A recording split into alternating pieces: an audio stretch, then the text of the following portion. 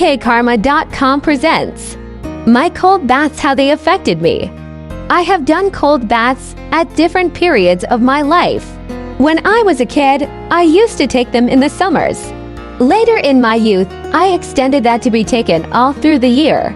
One of my friends instigated me to take it all the time because it improved my internal immune system. He asked me to fill a bucket and pour water over myself using a mug. He told me that it was that first mug poured over your body was the problematic one. Later mugs of water are much better and you get used to it. So I started taking cold baths even when there was snow outside. A cold bath also closes your pores, leading to the retention of natural oils and so improving the skin condition. I had taken cold baths for a couple of years, and as I went into my daily grind of adult life, somehow I forgot about it and started the warm water baths. A couple months ago, as I was sitting, my cold got worse. I remembered the benefits of a cold bath and how I had a relative period of lesser nasal allergies when I used to take cold baths. Once I was back from my cold indisposition, I started the cold baths again. Believe me, starting them this time was much harder. Not sure if it was due to my age or something else. I was taking a shower now instead of the mug I was told earlier.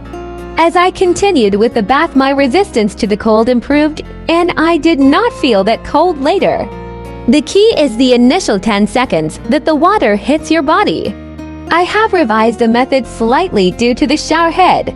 I open the tap water in the bath and switch on the shower.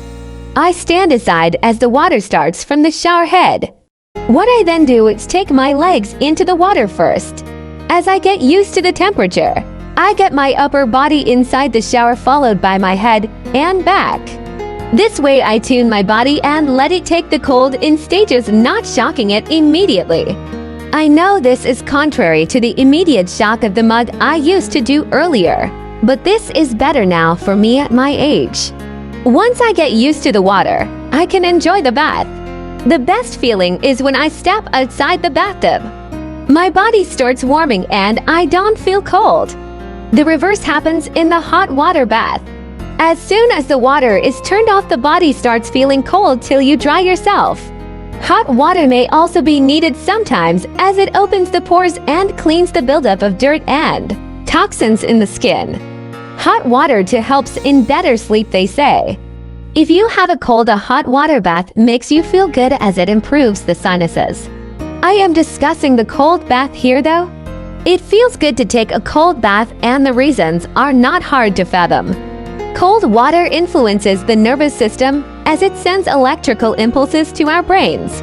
Your system is shaken into getting more alert, increasing your brain's energy and clarity. It forces the body to start the process for the body to rest and repair. Cold bath effects. The main change that happens to the body when you start taking a cold bath is that your body gets used to the cold by lowering the core body temperature. This improves the body's immunity and helps it fight cold viruses much better. Your body can fight the cold much better. It relieves muscle soreness and thus improves your post-exercise recovery. It reduces the inflammation inside the body as it contracts the muscles. It also affects your mindfulness. Your stress levels come down, and it will lead to a lowering of anxieties inside the body, improving the mood. It can also lead to better sleep as you feel relaxed and your mind is not agitated. Drawbacks. Of course, as with everything, these are generally advised for people not having any major issues like hypertension and heart disease. Having a cut or a wound will also increase cold sensitivity, so should be avoided for that period. Water that is too cold can lead to hypothermia. The typical temperature for a good cold bath is 50 to 55 degrees Fahrenheit or 10 to 12 degrees Celsius. If the temperature feels too cold, there is no harm in mixing it with a little hot water to get it to the right temperature. The bottom line is that there are a few things we need to keep in mind. Don't do it if you have any underlying issues, so discuss with your doctor if you have any doubts before starting on it. Cold baths are difficult to sustain, so patience is the key. You will have to take them for some time to be completely used to it. Some days you may be tempted to not take them, which is okay. Don't force yourself onto it if you don't want to do it. The benefits will follow once you stick to it. I am used to the cold now, so can withstand the cold water now. Build your immunity slowly and don't try to outdo yourself.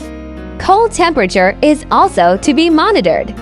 Too cold water may not be good for the body, so mix a little bit of hot water if you have to get to the right temperature. Avoid the pressure of taking a cold bath if you don't enjoy it later. Simply because it worked for me doesn't mean it will work for you, so evaluate it for yourself and check the benefits.